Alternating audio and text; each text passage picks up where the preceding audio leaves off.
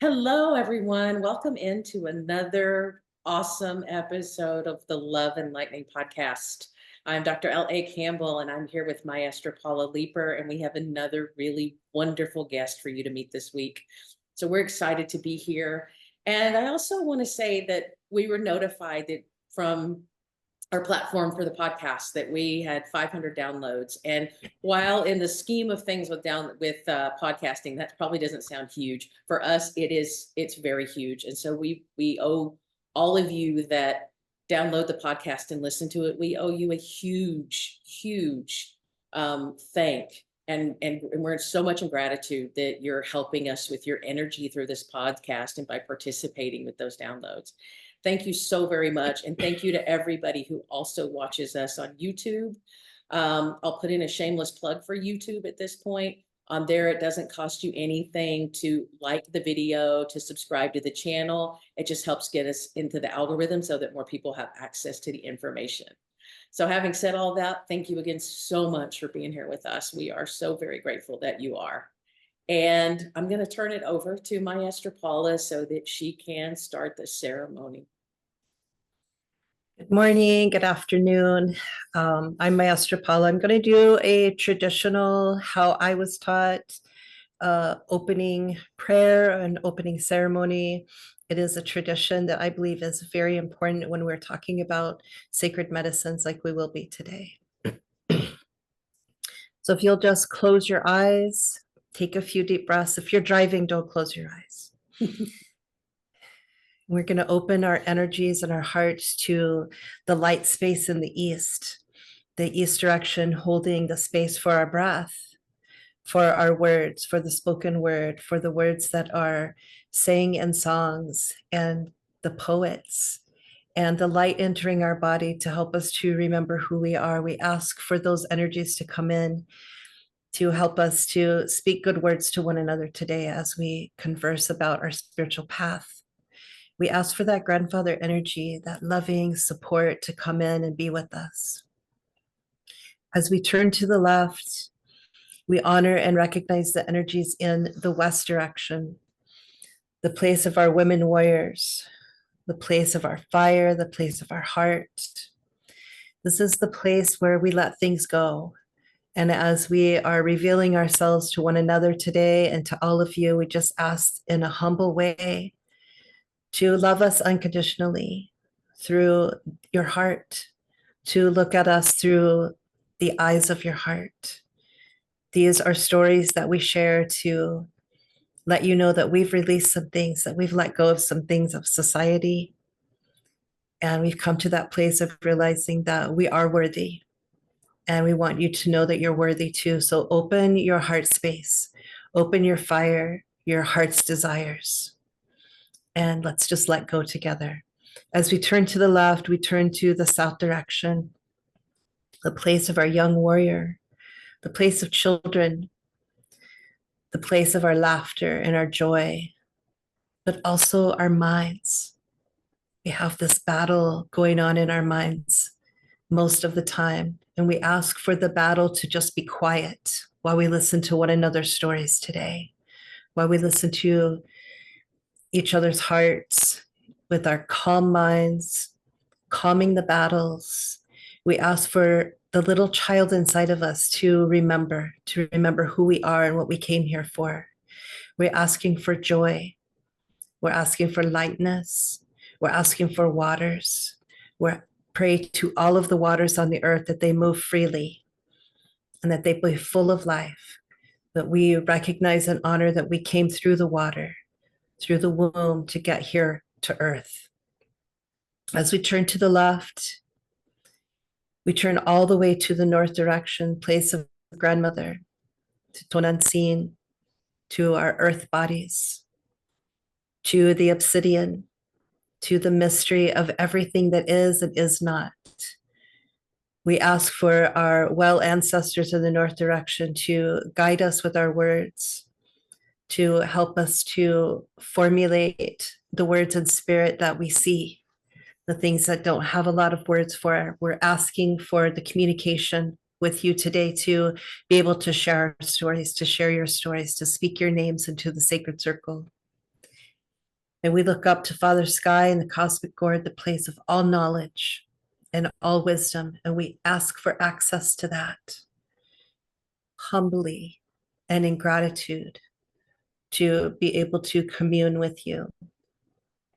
And to Mother Earth, so much gratitude for your plants, for the birds, for the trees, for all of the medicine that you give us, but most of all for the stability that you give us to be here on the earth, to be able to communicate with one another and to share.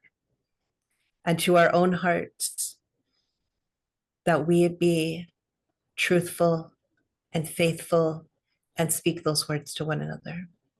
Ometeo, aho, and so it is. Thank you so much for joining me in that prayer. Sometimes I get to the place of where I'm like, I just want to cry because I can feel when spirit starts coming in. And it's really important to me to have access to that every day. So thank you so much. We'd like to introduce you to Consuelo. She is here to share her parts of her story today. She's going to answer the same questions that everyone does, but she's going to say it in her way. She is a Reiki practitioner. She's an energy mover. I know a little bit about her. I'm going to let her share what she's comfortable with. She is here in Arizona. And at the end of her palabra today, she's going to share with us how you can get into contact with her and how you can get her to put her hands on you. So welcome, Consuelo. Welcome, welcome, welcome. Deep gratitude, deep gratitude. Tell us a little bit about yourself. Tell us who you are, what you're doing on the planet. So I am Consuelo Melendez, and I love what you said, energy mover, predominantly my first practice of Reiki, and really bringing in the recall of my lineage's way of healing through limpias. And so that has been awakening a lot now. And so that's why I like to say energy worker also, because I'm remembering my lineage is work. And so with that, I do accept the invitation to honor my teachers, first through my lineage, which is Leonidas Acosta, who was our family's curandero, and his sister Tia Cruz Reyes, as well as my grandmother Refugio Melendez. They all hold and held the medicine over me personally. My Tia Cruz did, and my grandmother Refugio. And so I pay a lot of homage to them. They were my first influencers, the first ones I call on to help me awaken and remember this medicine that is truly, pumping through our veins and working with it.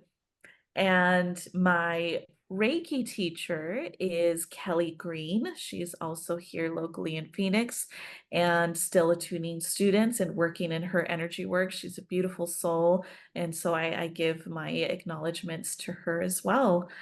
And yeah, so those are my teachers that I pay my respects, my homage to, and I work with, my lineage every day.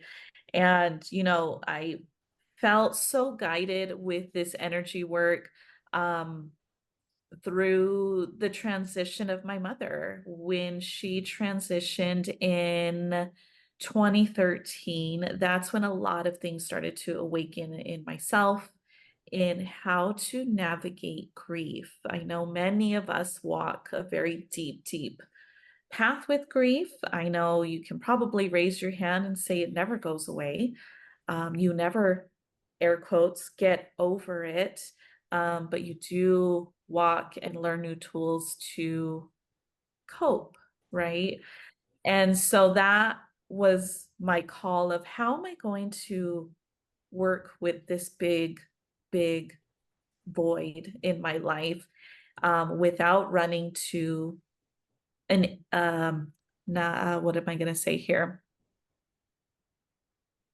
Without running to a vice, without masking it with alcohol, with those types of things, right? And so that's when I dove into, getting therapy, going to talk therapy, and then getting more Reiki done over me, because somebody did Reiki over my mom when she was battling through cancer. She had oral cancer, and that was my first introduction, and seeing what it did for her to help her transition. It really helped her mind, body, and spirit to be ready to make that next movement. And so I loved that. And that's when I fell in love with Reiki. And it started from there. And it was just this domino effect. This wasn't anything that I recall as like a child, as a gift that I had. It was through a huge break in my life that I fell into the hands of energy work. And so now my call from the creator, that is a one transmission I'll never forget. In a meditation he gave to me, that we need more helpers. And I'll never forget that. We need the helpers. We need more helpers. And I never knew what that meant. Now to this day, since practicing since 2016, I know what that means. I'm a helper, and I want to continue his mission of being a helper. So beautiful. Just want to take in a moment and just breathe in your words, because you said so much strong medicine in there. We could probably spend a few days talking about it. But I want to honor that through your mother's transition, you found some of this medicine. But also in your introduction, your grandparents placing this medicine on you. That's huge. We don't all get that. So I want to give them some gratitude in this moment and say thank you. Thank you for carrying their medicine. Thank you, Consuelo, for being a helper, for listening to spirit, for knowing what that sounds like and what that feels like. I've been in your presence and you carry it with you very strong. I know your community is blessed to have you. Yeah. Thank you. Thank you. So let's talk a little bit about, you said, I didn't have any gifts as a child. I don't remember having this. But you did receive something from your grandparents and from your, I think you said a tia, right? My tia Cruz. Mm-hmm. So you honor them every day. How do you feel them when they come in? How do you know who they are? Are there signs for you? Are there smells? What happens for you? So for me, when I invoke that prayer to them and I open up space and I ask them to co-create or work with me, because I do 0 energy sessions without them. So I ask for the protection, the guidance to work alongside me. And at times when I close my eyes, I almost feel like I can see like a shadow image of them standing in the room. I can feel the warmth. And that has been the nod of, we're here, we're holding space. What's interesting is my clients actually feel it deeper sometimes than I do, because I've had so many sessions where I have left a space. Maybe I have finished at their feet and, just kind of finished sweeping through the aura, through the body. And they were like, I swear somebody was still holding my feet. I knew you weren't there, but somebody was still holding my feet. And I get that a lot. And I'm like, I'm pretty sure I was like, I call in my team to help me hold space. And so it's interesting. And that's how I know that they're continuing to like, hey, we know you physically left, but we'll just hold it down here for a minute. So that's been quite interesting. My clients have been witness to knowing and feeling that my family is there to hold space, because I just know that I've been given this gift. So I will continue to work alongside them if they allow me to. I'm curious, how did you know to call them in?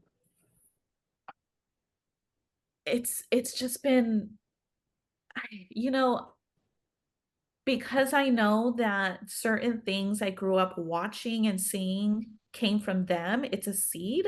So I almost feel it's disrespectful to not call them in, to not have them there or acknowledge or just they're just huge sacredness over me. I know they're my guardians. Why would I not work in these spaces to open up energy without them? I just feel like they're my deep divine guardians. It's like almost like a seatbelt. Like I can't get in the car without buckling my seatbelt. I can't do energy work without them. It's like a non-negotiable for me. I don't know how to explain it. You just did. I know, right? It's a non-negotiable. You grew up watching it, and now you know that that's how it is. That's how it has to be. Those seeds were planted in you as a child. I'm just repeating back to what you said, really. Um, I want to acknowledge that when we do have ancestors that we work with, that we trust them, that we know what they feel like, we know what they look like, we know that they're around. Not everyone knows how to do that. So it's such a beautiful space that we can come together and share that, well, this is how I do it. And this person might do it differently, but we're doing it. The invitation is there to work with spirit, not just people here on earth. Yeah, It's and one of the things I feel blessed is that I did get to know these people earthside. This was my family, my lineage. I did have the blessing to know them when they were alive and here. I remember as a child, my great grandfather, Leonidas, his door, his curandero room, his door would be cracked open. And I remember like looking in and, being a little mitotera, nosy body, just like, what's going on in there? Little kid. And I won't ever forget what I saw. And now doing energy work today, I'm like, I know exactly what he was doing. I know exactly what was happening there. And it's like putting the pieces together now for myself. I'm like, oh, I know exactly why he did that. I'm going to continue that practice. I know why my Tia Cruz was doing this. I'm going to continue that practice. It's just a deep honor that I knew this earth side. So I want to continue what they deeply believed in. powerful. Dr. LA, do you have any questions or comments? With what led you to Reiki? Was it just the experience with your mother, or were you already feeling sort of pulled toward more energetically oriented modalities? And I mean, sometimes, with some of us, we instinctively do it, even though we don't realize we're doing that we get drawn to, we like vibration, or we like the quietness of nature. We feel it when we listen to the wind or things like that. What led you to really say, wow, I really feel like I need to learn an energy modality so that I can begin to move that energy in a beautiful way? Yeah, it really was that moment of what I witnessed through the experience of my mother. My cousin Beatriz Acosta, I will nod her as well too. She is part of the lineage of the Acostas, and my great grandfather Leonidas was her grandfather, but she practiced Reiki in our family. So what I witnessed through her with her hands over my mom is just that beautiful moment is what sparked the aha moment for me, because she had told me in the last Reiki session, she said, I need you to know that when I was doing that, God's love was so strong and powerful pouring through to your mom. She said, I could feel your mom release her soul. And she made that contract. She was ready to go, because for us, my dad and my sister and I know personally for me, I'll speak for myself, I was worried. We didn't talk about death with my mother. We didn't have a plan. As talking in little things like, what color, you know, um, casket do you want? What flowers do you want? Because we really had faith and hope all the way up to the end. We were her warriors. We're like, she's gonna get through this. It's fine. It's fine. And so I worried about that. Was she prepared for death? Was she scared? Was she ready? And so knowing that it unsubconsciously happened through Mhm. Reiki was so peaceful. And right there at that moment, I'm like, Reiki's more than just energy work. It is. It is more than that. Yeah, for sure. Yeah. Is there a certain type of Reiki? I know there's a different few lineages. Which one did you learn? I do a Sui Reiki. Okay. So kind of, just the first line that came from Dr. Mikao Sui. So that's the one that I first got attuned with and I stick with. Yeah. And you teach too, right? I do teach it. Yes. Tell us about that.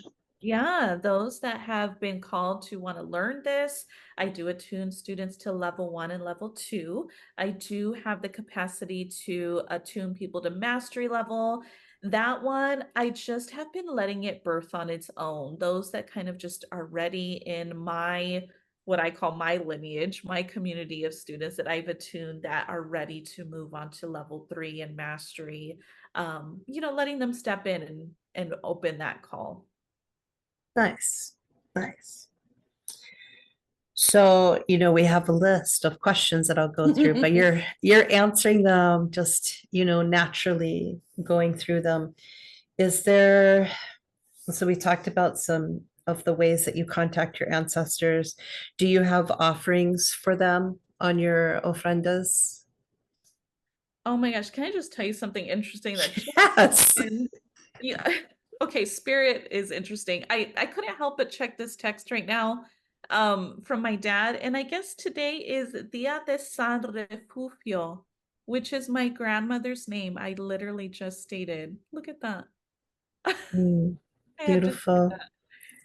that. So transparency, I was distracted in your question, so ask it again, please. No, you actually answered it. I asked you what offerings you put on your ofrenda, but let's go back to your text message. We invited them to come in. You spoke her name, and now she's talking to you through the text message. Yeah. So let's give that a moment for you to honor her with your breath and gratitude. What a big blessing. Oh, thank you.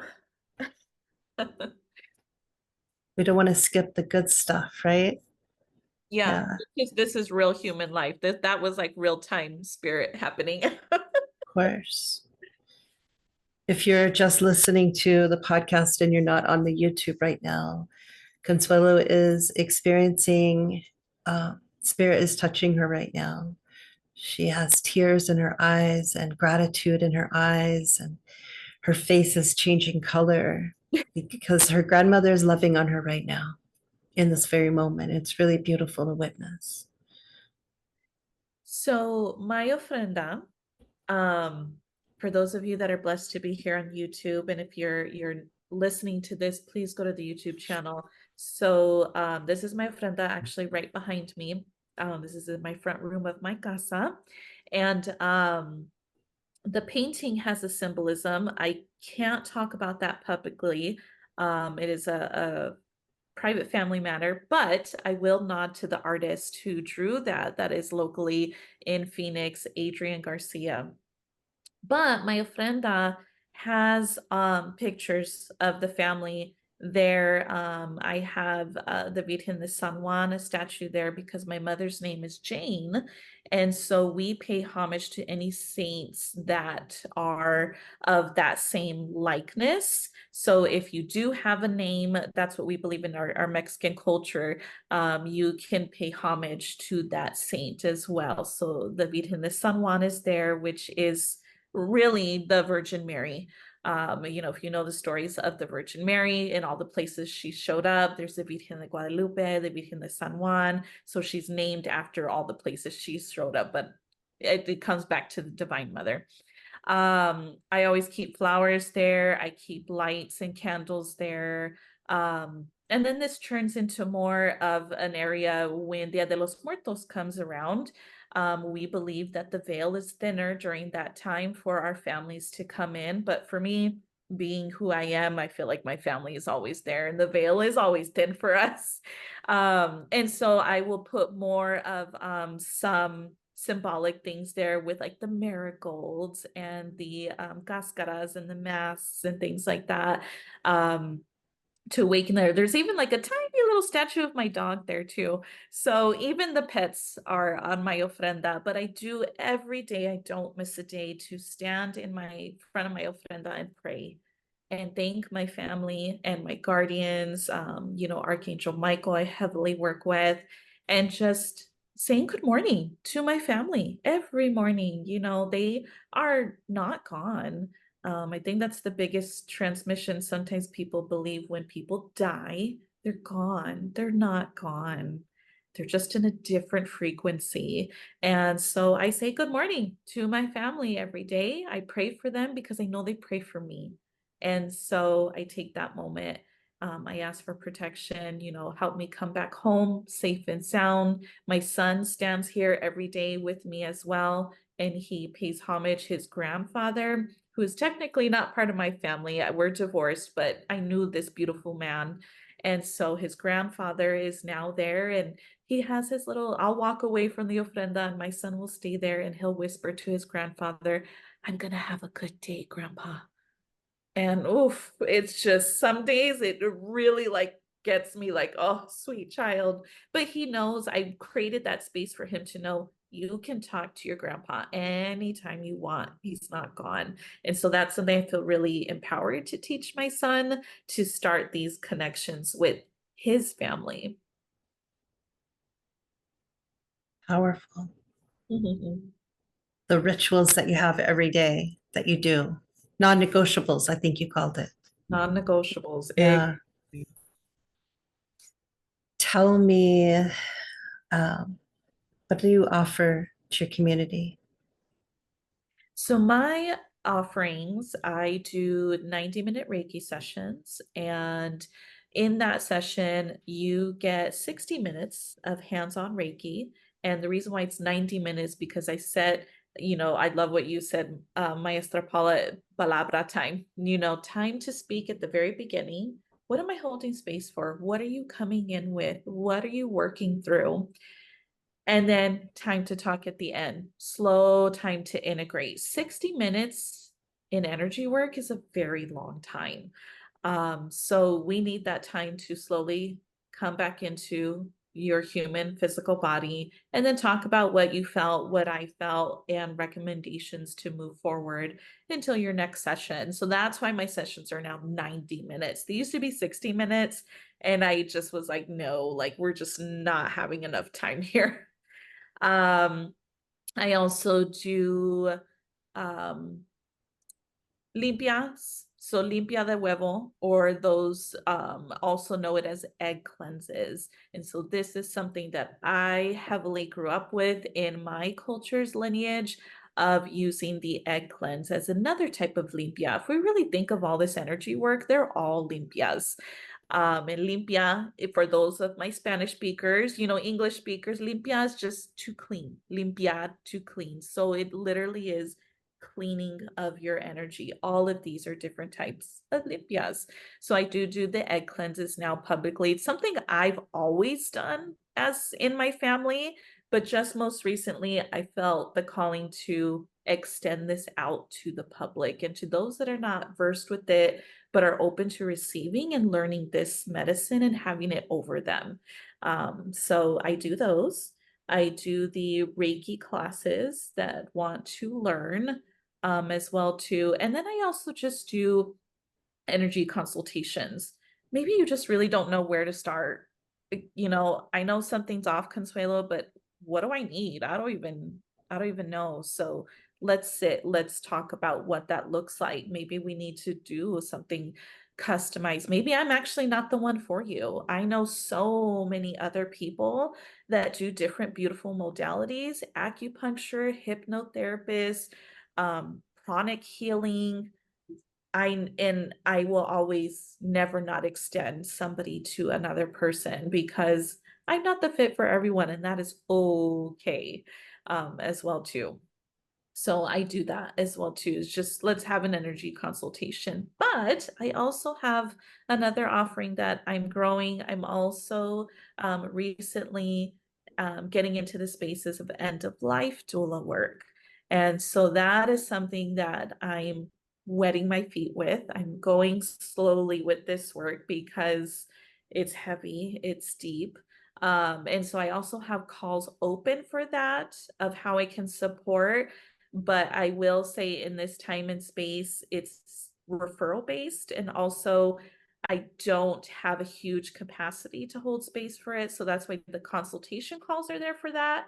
But I am also not really widening that net yet because it does take a lot of big flexibility in that. And I know that. And I give that transparency as well too, is that I, at the moment, don't have that biggest flexibility. I'm a single mother. I have a little boy. And so it's hard for me to jump or be there for family at like 2 a.m. and call in support systems. So for now, I'm volunteering with Supportive Hands Hospice, who I have one beautiful lady I go see weekly. I'm actually going to go see her after this podcast and check in on her spirit, see how she's doing. But I am open for consultation calls. Maybe there's something, a light way I can hold space and capacity with, the family as well too. And with that, I also hold monthly space with grief support. So we did grow something called Spirit and Sound. And that is where I pair up with my beautiful friend Christina, who is a spirit medium. And we open the space with energy work, sound bowls. She transmits the messages, and I hold space with Reiki in the room, and everybody gets a little bit of Reiki. So I do also do a lot of community events too. I partner up with a yoga nidra instructor and do sound bowl healings.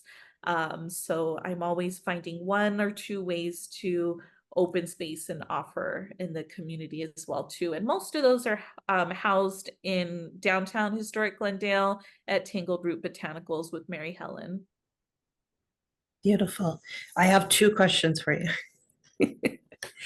Can you, just for if there are some people that don't know what Reiki is, could you just give us a little overview of what that looks like combined with all of the innate things that you do through your grandparents? So what does your Reiki practice look like for us? Explain it to us. Like, what is it?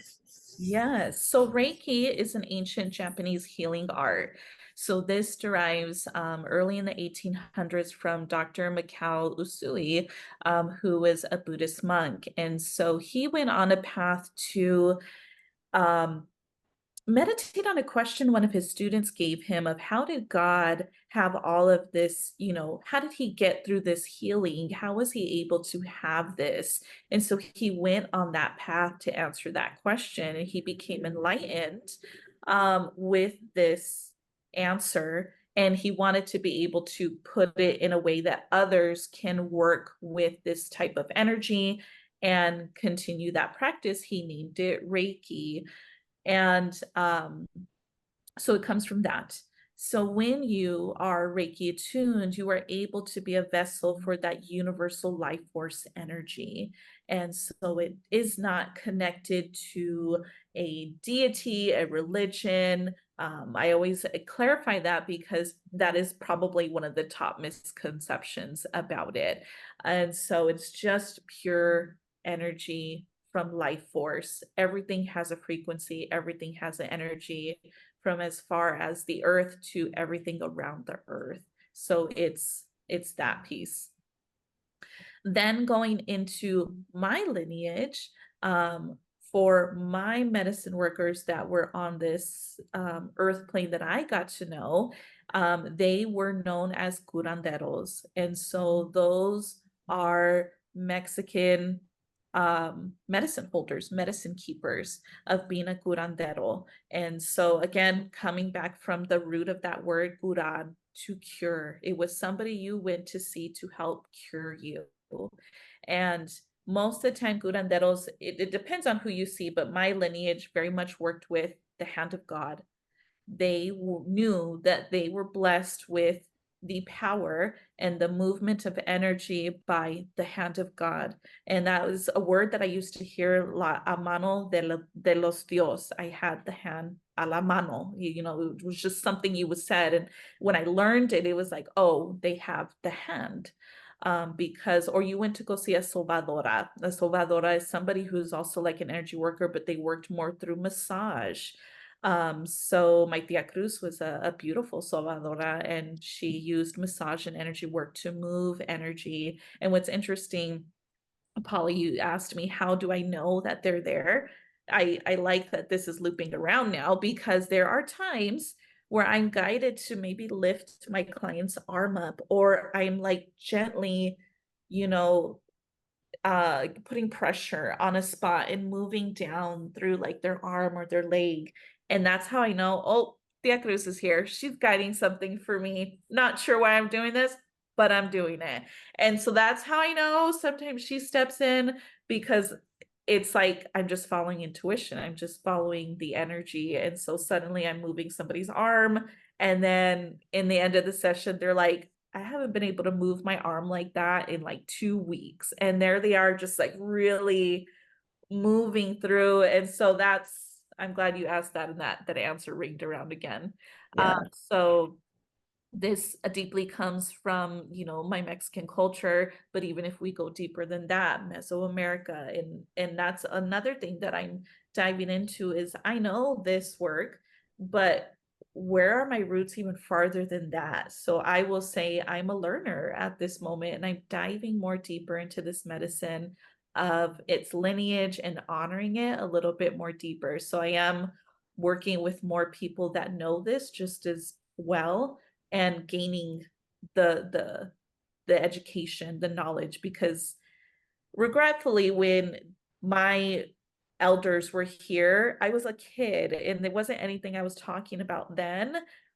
If I knew what I knew now, and I could sit in a room and space, I'm like, I'd have my journal open and tell me everything you know, and just writing it down, right? Yeah. But I rely now on them to communicate through spirit.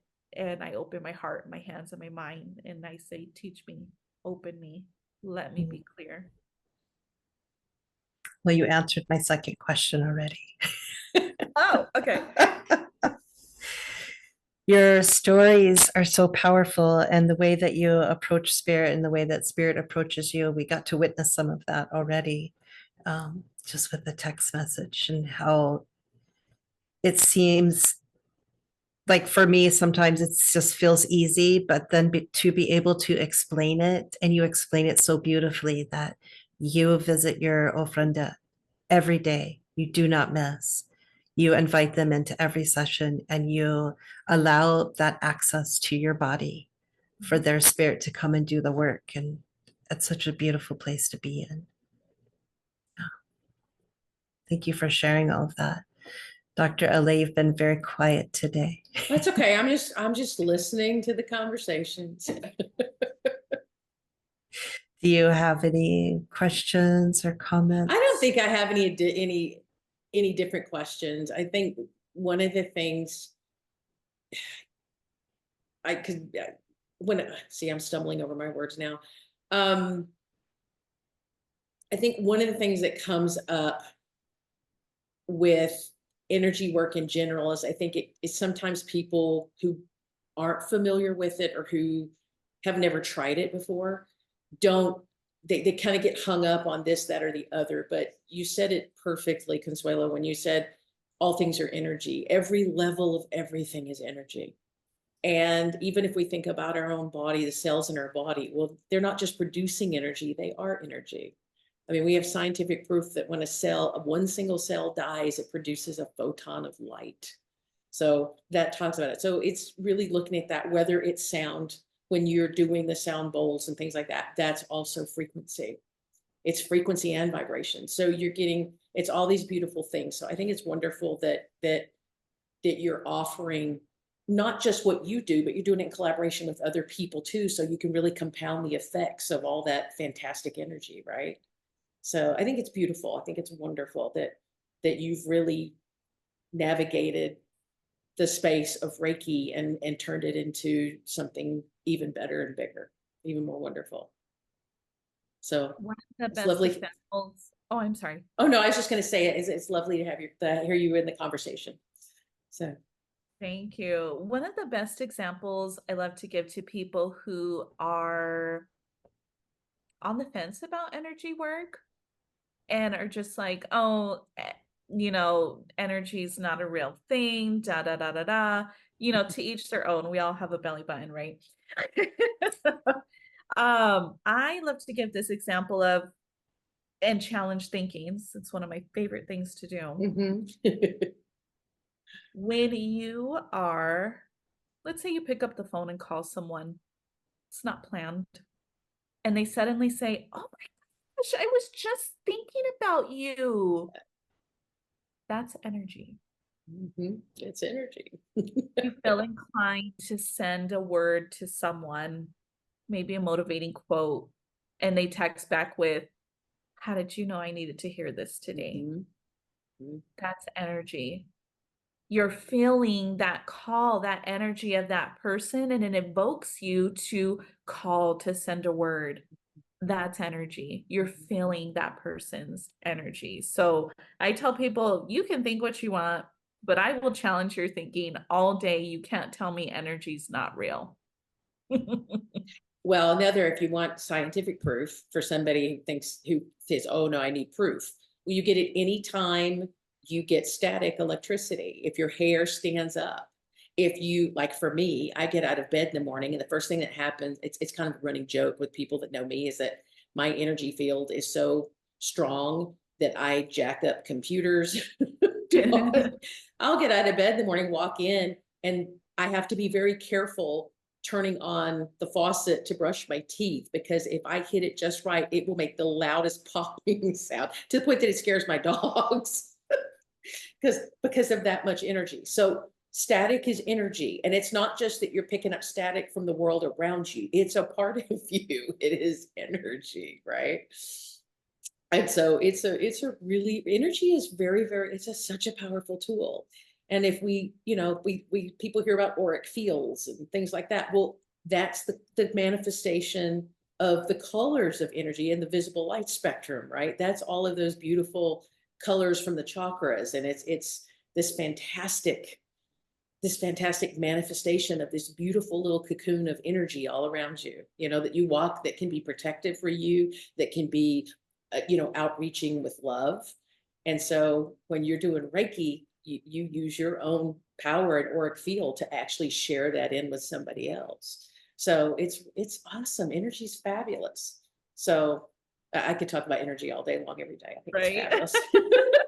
Yeah, and there's so many of us out here. 3 of us are sitting here, and I will say, physically sitting here, and maybe 10 of us are actually sitting here with our ofrendas, but we own our energy. We know it well. We work with it every day, that we are at a certain frequency to share that with others who don't work with their energy every day. And that's okay. We're willing to hold that space and bring you up.